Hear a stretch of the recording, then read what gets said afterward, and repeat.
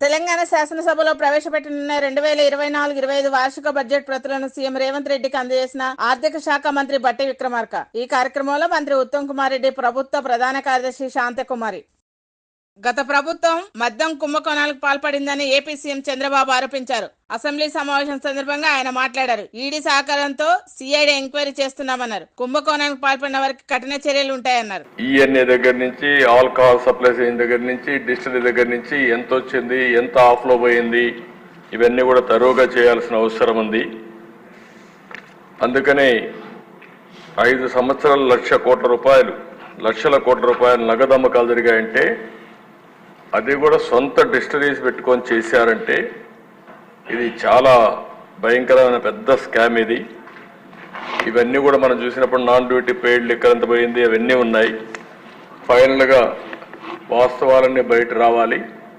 అందుకనే ఈ ప్రభుత్వం దీన్ని సిబిసిఐడి ఎంక్వైరీకి ఇస్తూ, అదే సమయంలో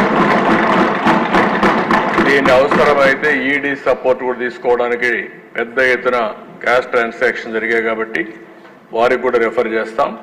అన్ని విధాల చర్యలు తీసుకుని మళ్ళా ప్రజల ప్రాణాలు కాపాడడానికి, ఈ రాష్ట్ర ఆదాయాన్ని ఏ విధంగా దుర్వినియోగం చేశారో అవన్నింటిపైన యాక్షన్ తీసుకోవడానికి ప్రభుత్వం సిద్ధంగా ఉంది. నిరుద్యోగుల సమస్యలను పరిష్కరించాలని బీఆర్ఎస్ నేతలు డిమాండ్ చేశారు. ప్లాకార్డులు ప్రదర్శిస్తూ అసెంబ్లీ మీడియా పాయింట్ కు బీఆర్ఎస్ ఎమ్మెల్యేలు చేరుకున్నారు. నిరుద్యోగుల జీవితాలతో కాంగ్రెస్ ప్రభుత్వం చెలగాటం ఆడుతుందన్నారు. నిరుద్యోగులపై పోలీస్ జులుం, నిరుద్యోగులపై పోలీస్ జులుం, జాబ్ క్యాలెండర్ వెంటనే ప్రకటించాలి. కేంద్ర బడ్జెట్ లో తెలంగాణకు తీవ్ర అన్యాయం జరిగిందని మంత్రి పొన్నం ప్రభాకర్ అన్నారు. కేంద్ర బడ్జెట్ లో తెలంగాణ కేటాయింపులపై చర్చలో ఆయన మాట్లాడారు. మహేశ్వర్ రెడ్డి నేతృత్వంలో అఖిలపక్షాన్ని ఢిల్లీకి తీసుకుపోయి మన రాష్ట్ర ప్రయోజనాలు కాపాడుతుందన్నారు. తెలంగాణ రాష్ట్రంపై బీజేపీ కక్ష సాధింపు చర్యలకు పాల్పడుతుందని విమర్శించారు. హైదరాబాద్ లో కేంద్ర మంత్రిగా బరాబర్ మాట్లాడతాం. హైదరాబాద్ లో ఏం నిధులు తీసుకొచ్చినారని అడుగుతా ఉన్నాం. ఈ రోజు ఢిల్లీలో దోస్తే గల్లీలో కుస్తీ. ఇప్పటిదాకా మా మిత్రుడు ఇలా పుట్టినరోజు గౌరవ శాసనసభ్యులు అన్నారు. మేము చాలా గట్టి కొట్లాడినాం 10 ఏళ్ళు. ప్రతి బిల్లుల మద్దతు ఇచ్చారు. మా పార్టీ ఆనాడు కూడా చెప్పింది, ఢిల్లీలో దోస్తే గల్లీలో కుస్తీ. ఏం చేసినారు? ఇవాళ రాజకీయంగా తెలంగాణకు సంబంధించిన విషయం లోపల అన్యాయం జరుగుతుంటే ఎన్నడైనా అఖిలపక్షాన్ని తీసుకుపోయినరా? 2014 తెలంగాణ ఏర్పడినాడు 7 మండలాలతో పాటుగా సీలేరు ప్రాజెక్టుని ఇస్తే మీ కళ్ళ ముందట ఆర్డినెన్స్ తీసుకొని పోతే ఒక్కరోజు బంధుకు పిలిపించి, అంతకుముందేమో కాంగ్రెస్ మెడలు వచ్చి తెలంగాణ తెచ్చినాను. మీరు 7 మండలాలు పోతే ఎందుకు చూస్తూ ప్రేక్షకుల్లాగా కూర్చున్నారని సభలో అడుగుతా ఉన్నాం అధ్యక్ష.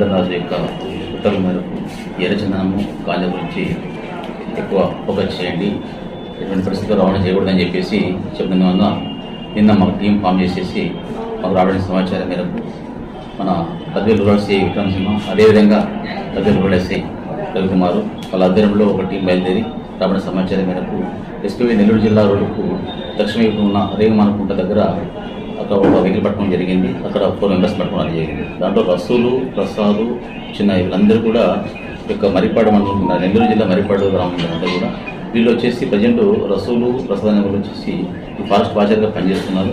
గతంలో చిన్నయ్య కూడా పనిచేసేవాడు ఈ యొక్క ఫారెస్ట్ వాచర్గా. అదేవిధంగా విజయనగరం సంబంధించిన రామదేవుడు కూడా నన్ను అరెస్ట్ చేశాము. మిగతా ముగ్గురు ఒక పారిపోయినారు, వాళ్ళు కూడా విచారిస్తున్నాము. అక్కడ ఒక అశోక్ లేలాండ్ వెహికల్ సంబంధించి 58 దొంగలు లగేజ్ రెడీ చేసుకుని వాళ్ళు ట్రాన్స్పోర్ట్ చేయడానికి సిద్ధంగా ఉన్నారు. అదేవిధంగా అక్కడ 2 మోటార్ సైకిల్ సీజ్ చేశాము, ఒక 6 మొబైల్ కూడా సీజ్ చేశాము. ఇది దాదాపు ఆ మోటార్ సైకిల్స్, ఆ దొంగలు 159 దొంగలు లేలాండ్ అవన్నీ కలిపి దాదాపు 21 లక్షల రూపాయలు యొక్క విలువ ఉంటుంది. ఇవన్నీ కూడా మేము స్వాధీనం చేసుకున్నాము. ఉదయం 4 అరెస్ట్ చేసి ఈరోజు కూడా పంపిస్తున్నాము తిరుపతి కోర్టుకి. అరెస్ట్ కోర్టు సపరేట్ నుండి తిరుపతికి పంపిస్తున్నాము. ఇక మీద కూడా మేము ఈ యొక్క ఫారెస్ట్ సంబంధించి అయితే ఈ యొక్క మన ఎరచనకు సంబంధించి నిఘా పెడతాము. ఖచ్చితంగా పాత నేరస్తులను కూడా వాళ్ళకి నిఘా పెడతాము. ఇటువంటి పరిస్థితుల్లో ఈ ఫారెస్ట్ సంబంధించి ఎరచనం రవాణా చేయడం, అదేవిధంగా వాళ్ళు కలిగి ఉండడం కానీ పనిచేస్తాము, కఠినంగా చర్చించుకున్నాం. వనపర్తి జిల్లా కేంద్రంలో కల్వకుంట్ల తారక రామారావు 48వ బర్త్డే సందర్భంగా బీఆర్ఎస్ నాయకులు ప్రభుత్వ జనరల్ హాస్పిటల్లో రోగులకు పండ్లు, బ్రెడ్లు పంపిణీ చేశారు. కేటీఆర్ మరిన్ని పుట్టినరోజు వేడుకలు జరుపుకోవాలని వనపర్తి బీఆర్ఎస్ పట్టణ అధ్యక్షుడు గట్టి అదయ్ అన్నారు. నాయకుడు కల్వకుంట్ల తారక రామారావు గారి 48వ జన్మదిన సందర్భంగా వనపర్తి జిల్లా కేంద్రంలో వనపర్తి పట్టణాధ్యక్షులు రమేష్ గౌడ్ గారి ఆధ్వర్యంలో కేక్ కట్ చేసి అంటే సివిల్ హాస్పిటల్లో రోగులకు పండ్లు, పాలు పంచడం జరిగింది. మరి బలిదశ ఉద్యమంలో కేటీఆర్ గారి పాత్ర చాలా అమోఘమైంది. ఉద్యమ సమయంలో యువ నాయకుడిగా మరి సారథ్యం వహించి తెలంగాణ రాష్ట్రాన్ని సాధించి 10 ఏళ్ల తెలంగాణ అభివృద్ధిలో తన పాత్రను మచ్చలేని నాయకుడిగా మరి ఆయన చేసినటువంటి ప్రాంతానికి, తెలంగాణ ప్రాంతానికి మరి చేసినటువంటి అభివృద్ధిని ప్రజలెవరు కూడా మరవలేరు. భద్రాద్రి కొత్తగూడెం జిల్లా భద్రాచలం వద్ద గోదావరి నీటి మట్టం పెరుగుతుందని CWC అధికారులు తెలిపారు. నిన్న క్రమక్రమంగా తగ్గుతూ వచ్చిన గోదావరి ఈ రోజు ఉదయం స్వల్పంగా పెరుగుతున్నట్టు చెప్పారు. గురువారం ఉదయం 9 గంటలకు గోదావరి నీటి మట్టం 47.10 అడుగులకు చేరిందన్నారు. అవుట్ ఫ్లో 11.03.21 క్యూసెక్లకు ఉందని చెప్పారు. గోదావరి పరివాహక ప్రాంత ప్రజలు అప్రమత్తంగా ఉండాలని అధికారులు సూచించారు.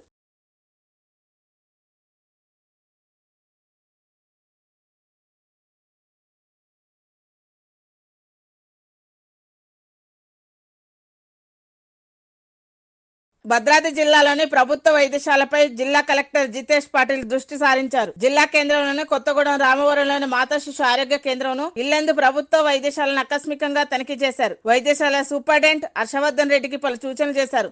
అత్యవసరమైన వైద్య పరికరాలు త్వరలోనే ఏర్పాటు చేస్తామన్నారు.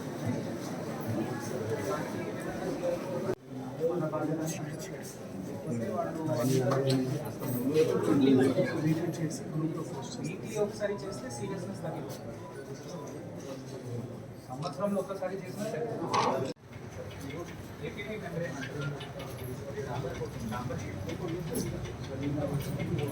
దేశంలో మనమంతా ధైర్యంగా స్వేచ్ఛగా జీవించగలుగుతున్నామంటే అది భారత సైన్యం దయ వల్లే. తమ ప్రాణాలను పణంగా పెట్టి మనల్ని కంటికి రెప్పలా కాపాడుతున్నారు. భారత సైనికులు వారి ధైర్య సాహసాల గురించి ఎంత చెప్పుకున్నా తక్కువే.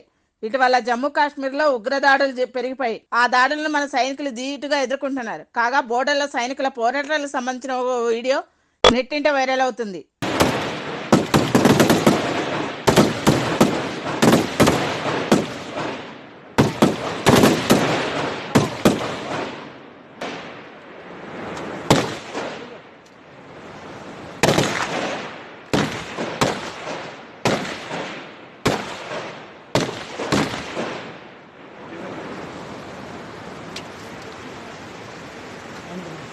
పెండింగ్ లో ఉన్న స్కాలర్షిప్ ఫీజు రియంబర్స్మెంట్ విడుదల చేయాలని పీడీఎస్ జిల్లా కార్యదర్శి మస్తాన్ ప్రభుత్వాన్ని డిమాండ్ చేశారు. ఖమ్మం నగరంలోని ఉమెన్స్ కళాశాల నుండి ఎంఆర్ఓ కార్యాలయం వరకు పీడీఎస్ విద్యాసంఘం ర్యాలీ నిర్వహించారు. ఖమ్మం నగరంలో ఉమెన్స్ కళాశాల చదువుతున్న విద్యార్థులకు సరైన రూమ్స్, బాత్రూమ్స్ లేక అనేక సమస్యలు ఎదుర్కొంటున్నారు.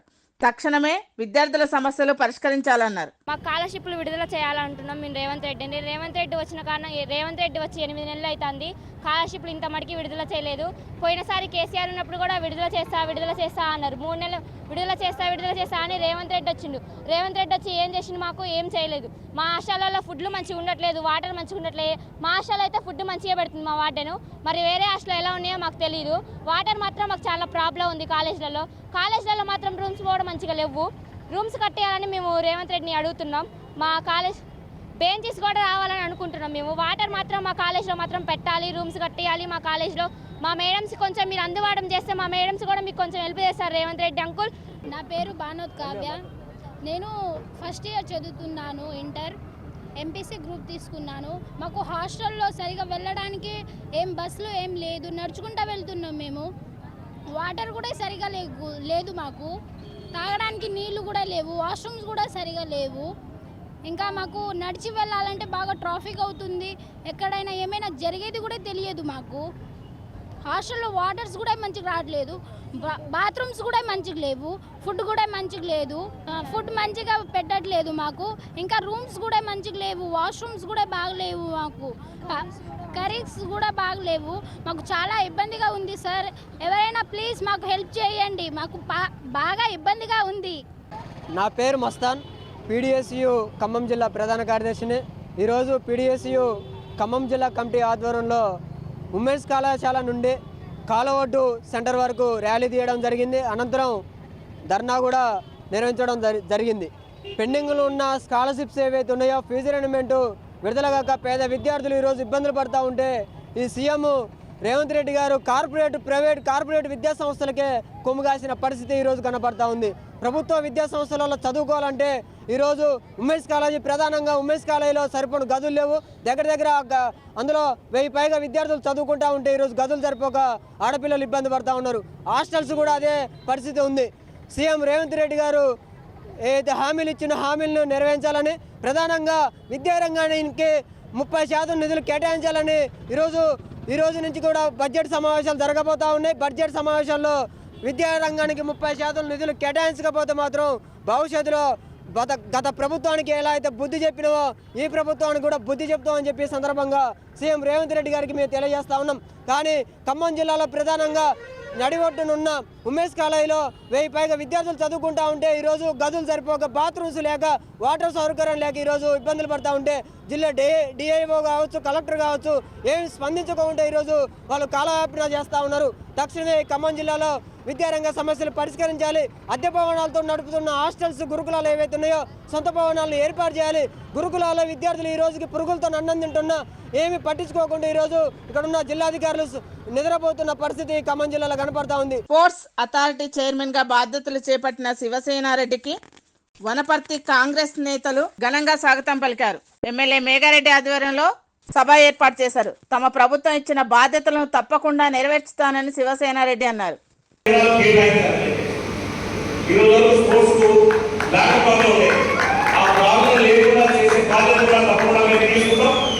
రాబోయే రోజుల్లో తెలంగాణ 23 కేసులు ఉంది. నెంబర్ 1 తెలంగాణ తీసుకొచ్చే విధంగా మీ అందరి సపోర్ట్ తో తప్పకుండా తీసుకుంటాం. పశ్చిమ గోదావరి జిల్లా తాడపల్లిగూడెం నందమూరు గ్రామంలో నీట మునిగిన పంట పొలాలను AP PCC chief YS Sharmila Reddy పరిశీలించారు. పంట నష్టపోయిన రైతులకు పరిహారం ఇవ్వాలని నడుములోతు నీళ్లలో దిగి వినూత్నంగా నిరసన వ్యక్తం చేశారు. రైతులకు రుణమాఫీ చేయాలని డిమాండ్ చేశారు. రైతులను ఆదుకోకపోతే పెద్ద ఎత్తున ఉద్యమం చేస్తానని హెచ్చరించారు. ఇంతమంది రైతులు నష్టపోయిన రైతులతో మాట్లాడడం జరుగుతుంది. ఇక్కడ మీరు వెనకాల చూస్తున్నారు, ఇలా వీళ్ళ పంటల్లోకి నీళ్ళు వచ్చిన పరిస్థితి. ఈ పరిస్థితి కేవలం ఈ గ్రామానికి చెందే 500 ఎకరాలు. ఇలా చుట్టుపక్కల గ్రామాలు ఈ జిల్లా అంతా కలుపుకుంటే కనీసం 40,000 ఎకరాలు ఇలా నీట మునిగిందని అంచనా. మరి రైతులు ఇంతగా నష్టపోతుంటే ఏ ప్రభుత్వానికైనా ఎందుకు కనిపించడం లేదు? ప్రతి రైతు ఇక్కడ చెప్తున్నారు, అమ్మా ప్రతి ఒక్కరికి కనీసం 14,000 రూపాయలు ప్రతి ఎకరాకి పెట్టుబడి అయింది. చాలా మంది కౌలు రైతులము, అప్పు తెచ్చుకొని పెట్టినాము. కనీసం ఒక్కొక్కరికి 2 లక్షలు అన్న అప్పు ఎంత? కనీసం లక్షల్లో వీళ్ళకి అప్పు ఉంది. కనీసం 2 లక్షలు ప్రతి రైతుకు ఇక్కడ అప్పు ఉంది. మరి ఇలాంటి పరిస్థితుల్లో ప్రభుత్వాలు ఏం చేస్తున్నాయో సమాధానం చెప్పాల్సిన అవసరం ఉంది. వీళ్ళందరూ ఇక్కడ నేను రాగానే అమ్మ మా పొలాలు ఎంతగా మునిగిపోయాయో చూడమ్మా అని వాళ్ళందరూ నీళ్ళల్లో దిగి మరి వాళ్ళ కష్టాలు చెప్పుకునే ప్రయత్నం చేశారు. అందుకే నేను కూడా నీళ్ళల్లో దిగి వాళ్ళ కష్టాలకు రావాల్సిన అటెన్షన్, రావాల్సిన నష్టపరిహారం కోసం ఈరోజు కాంగ్రెస్ పార్టీ కూడా వాళ్ళ కష్టాలలో భాగం పంచుకోవడానికి ఈరోజు మేము కూడా నీళ్ళలో దిగి మాట్లాడుతున్నాం. ప్రభుత్వాలు కళ్ళు తెరవాల్సిన అవసరం ఉంది. పక్క రాష్ట్రంలో రేవంత్ రెడ్డి గారు రుణమాఫీ చేశారు. ఇక్కడ రైతులు కూడా అమ్మా మాకు రుణాలున్నాయి, మాకు కూడా రుణమాఫీ అవసరము అని ప్రాధేయపడుతున్నారు. చంద్రబాబు గారికి చెప్తున్నాము, చంద్రబాబు గారు కాంగ్రెస్ పార్టీ కనుక అధికారంలోకి వచ్చుంటే తెలంగాణలో మాదిరిగానే ఇక్కడ కూడా 2 లక్షల వరకు రుణమాఫీ చేసే వాగ్దానం మేము ఇచ్చాము. కానీ మీరు ఇవ్వనంత మాత్రాన చెయ్యకూడదు అని రూల్ ఎక్కడా లేదు. రాజశేఖర్ రెడ్డి గారు రుణమాఫీ చేస్తాను అని వాగ్దానం ఇవ్వకుండానే, మేనిఫెస్టోలోనూ పెట్టకుండానే రుణమాఫీ చేసిన గొప్ప మహానేత రాజశేఖర్ రెడ్డి గారు. చంద్రబాబు గారు కూడా రైతులను ఆదుకోవాల్సిన అవసరం ఉంది అని కాంగ్రెస్ పార్టీ డిమాండ్ చేస్తుంది. ఇక్కడ రైతులు చెప్తున్న పరిస్థితి అయితే దారుణంగా ఉంది. అమ్మా ప్రతి సంవత్సరము ఇక్కడ నీళ్లు ఇలాగే పొంగి పొర్లుతున్నాయి. ఎర్రకాలువ పైనుంది, ఎర్రకాలువలో మరమ్మతులు జరగలేదు, మోడర్నైజేషన్ ఏ కెనాల్స్ లోనూ జరగలేదు. అక్కడ గనక పూడికలు తీసునుంటే మాకు ఇన్ని నీళ్లు రాకపోయేవి, ఇంత దారుణంగా పరిస్థితి ఉండేది కాదు అంటున్నారు. మరి గత ప్రభుత్వం వైసీపీ ప్రభుత్వం, జగన్మోహన్ రెడ్డి గారు ముఖ్యమంత్రిగా ఉన్నారు. జలయజ్ఞంలో రాజశేఖర రెడ్డి గారు రైతుల పక్షపాతి అని నిరూపించుకుంటే, జలయజ్ఞంలో రాజశేఖర రెడ్డి గారు మిగిల్చి వేసిన ప్రాజెక్టులన్నీ 6 నెలల్లో పూర్తి చేస్తానన్న జగన్మోహన్ రెడ్డి గారు 6 నెలల్లో పూర్తి చేయకపోగా కనీసం ఉన్న ప్రాజెక్టులకు కూడా కనీసం మరమ్మతులు చేయలేదు. గేట్లు ఊడి తేలిపోతున్నా పట్టించుకోలేదు. ఆఖరికి పూడికలు కూడా తీయలేదు. కట్టెడు మత్తి కూడా ఎత్తి పోసిన పాపాన పోలేదు. కాబట్టే ఈరోజు ఇంతగా నీళ్ళు వచ్చాయి అని ఈ రైతులు చెప్తున్నమాట. బద్వేల్ నియోజకవర్గంలో భూ కబ్జాలపై ప్రభుత్వ విచారణ చేపట్టాలని సిపిఐ జిల్లా కార్యదర్శి గాలిచంద్ర డిమాండ్ చేశారు. సిపిఐ ఆధ్వర్యంలో భారీ ర్యాలీ నిర్వహించి స్థానిక ఆర్డీఓ కార్యాలయంలో నిరసన వ్యక్తం చేశారు. ఈ సందర్భంగా గాలిచంద్ర మాట్లాడుతూ వైసీపీ ప్రభుత్వ హయాంలో 1000 ఎకరాల భూములను నకిలీ పట్టాలతో ఆన్లైన్ చేయించుకున్నారని ఆరోపించారు. భారత కమ్యూనిస్ట్ పార్టీ ఆందోళన కార్యక్రమాన్ని చేపట్టింది. ఈ సందర్భంగా బద్వేలు నియోజకవర్గంలో ఉన్నటువంటి విలువైనటువంటి ప్రభుత్వ వంక, వాగు, చెరువు, రస్తా, అసైన్డ్, దేవాదా, ఈనా, వక్ఫ్ బోర్డు ఏ ఒక్క భూమి వదలకుండా ఆక్రమించి అమ్ముకుంటున్నటువంటి వైకాపా నాయకుల భూ కబ్జాల పైన జ్యుడిషియల్ ఎంక్వైరీ నిర్వహించి ఆ స్థలాలను పరిరక్షించి అర్హులైనటువంటి పేదలందరికీ కూడా ఇంటి స్థలాల కోసం, సాగు భూమి కోసం, ప్రజా ప్రయోజనాల కోసం కేటాయించాలని చెప్పి డిమాండ్ చేస్తూ ఉన్నాం. ఇవాళ బద్వేలు నియోజకవర్గంలో మొదలు పెడితే, కలసబాడు నుంచి మొదలు పెడితే అట్లూరు మండలం వరకు, ఇవాళ గోపవరం నుంచి మీ కోడూరు వరకు ఏ మండలంలో చూసినా కూడా వాళ్ళ వైసీపీ నాయకులు భూములు కబ్జా చేసేటువంటి పరిస్థితి చూస్తూ ఉన్నాం. కాశీనాయన మండలంలో శ్రీనివాసు రెడ్డి అనే వ్యక్తి ఈ రాష్ట్రానికి సంబంధించినటువంటి వ్యక్తి కాదు. ఎక్కడో హైదరాబాద్లో ఉంటాడు. ఆయన 100 ఎకరాలు ఆక్రమించుకు. సావిశెట్టిపల్లిలో శ్రీనివాసులు అనే వ్యక్తి 100 ఎకరాలు ఆక్రమించుకుంటాడు. కలసబాడు మండలంలో గురువిరెడ్డి అండ్ బ్యాచ్ ఆక్రమించుకొని చుట్టూరు ఫెన్సింగ్ వేసుకుంటారు. పూర్వామిల్ల మండలంలో విలువైన స్థలాలు ఆక్రమించుకున్న ఇవాళ గోపవరం మండలంలో అనేకమైనటువంటి గోపవరం తహసీల్దార్ కార్యాలయం ముందరే ఆక్రమించుకొని అమ్ముకుంటా ఉంటే చోద్యం చూస్తూ ఉన్నారు. ఇవాళ బద్వేలు మండలంలో మడకలవారిపల్లి నుంచి కొత్తపల్లె వరకు ఎక్కడ చూసినా కూడా భూములను చుట్టూరు ఫెన్సింగ్ వేసుకుంటా ఉన్నారు. అట్లూరు మండలంలో ఈ రోజు ఒకరి పేరుతో రేపు ఒకరి పేరుతో ఆన్లైన్ మార్చుకునేటువంటి ఎన్నో నడుస్తూ ఉన్నటువంటి నేపథ్యంలో ఇవాళ వైసీపీ 5 సంవత్సరాల కాలంలో జగన్మోహన్ రెడ్డి 5 సంవత్సరాల పాలనలో ఎక్కడ చూసినా కూడా భూ కబ్జాల పైన మాట్లాడినటువంటి వాళ్ళు, ప్రశ్నించేటటువంటి వాళ్ళ పైన కేసులు పెట్టడం, జైలు పంపడం కాదు కూడదంటే కడప లేకపోతే ప్రొద్దుటూరు లాంటి ప్రాంతాలలో, బద్వేలు లాంటి ప్రాంతాల్లో పట్టా పగలే హత్యలు చేసేటటువంటి ఎన్నో నడిచినటువంటి దౌర్భాగ్య స్థితిని మనం చూస్తూ ఉన్నాం. ఈ క్రమంలో ఇంకోవైపు జగన్మోహన్ రెడ్డి అరికట్టాల్సినటువంటి పాత్ర నుంచి పక్కకు తప్పుకొని ఏకకాలంలో 3 చట్టాలు ఈ సర్వే పేరుతో ప్రొహిబిటెడ్ యాక్ట్ ఏదైతే నిషేధిత భూముల జాబితాలో ఉండడానికి కావలసినటువంటి చట్టం 22A యాక్ట్ ఏదైతే ఉందో దాన్ని చట్ట సవరణ చేయడం, దాంతో పాటు ల్యాండ్ టైటిలింగ్ యాక్ట్ అనేటువంటి ఈ 3 చట్టాల మాటలో ఈ రాష్ట్రంలో ఉన్నటువంటి పేదల చేతిలో, ఎస్సీ, ఎస్టీ, బీసీ, మైనార్టీల చేతుల్లో ఉన్నటువంటి భూములన్నీ కూడా కబ్జాదారుల చేతుల్లోకి మార్చుకోవడానికి, లీగలైజ్ చేసుకోవడానికి కావలసినటువంటి కుట్రలు కుతంత్రాలు ఏవైతే ఉన్నాయో ఆ విధానాలన్నింటినీ కూడా ఈ రాష్ట్ర ప్రజలు తిప్పి కొట్టినటువంటి నేపథ్యంలో అధికారంలోకి వచ్చినటువంటి తెలుగుదేశం ప్రభుత్వం ఏమంది పెట్టినటువంటి ప్రయత్నం చేస్తే ఈ ఉద్యమాన్ని కడప జిల్లా వ్యాప్తంగా తీసుకుపోతామని చెప్పి ఎత్తనేస్తున్నాం. ఈరోజు కొంతమంది భూ కబ్జాదారులు అధికార పార్టీ ఇప్పుడు మళ్ళా వచ్చి చెప్తున్నారు మాకు అక్కడ భూమి ఉంది, ఒక ఆయన చెప్తారు రామచంద్ర రెడ్డి అని చెప్పి ఒక ఆయన చెప్తాడు. ఎక్కడెక్కడ భూములు ఉంటాయి మీకు అసలుకి? ప్రతి చోట మీ భూములు ఈరోజు పేదవాళ్ళ దగ్గర వచ్చి భయప్రాంతులు గురి చేస్తా ఉన్నారు. మీరు వెళ్ళిపోండి, లేకపోతే కాల్ చేస్తాం, లేకపోతే కొడతాం, లేకపోతే కేసులు పెడతామని చెప్పి రకరకాల పద్ధతుల్లో బెదిరిస్తా ఉన్నారు. మేము అడుగుతా ఉన్నాం, మీ తాటాకు తప్పులకు భయపడేటువంటి సమస్య లేదు. ఎర్ర జెండా ఎత్తినటువంటి జెండా చింతకుండా పోరాటం కొనసాగిస్తామని చెప్పి హెచ్చరిస్తా ఉన్నారు.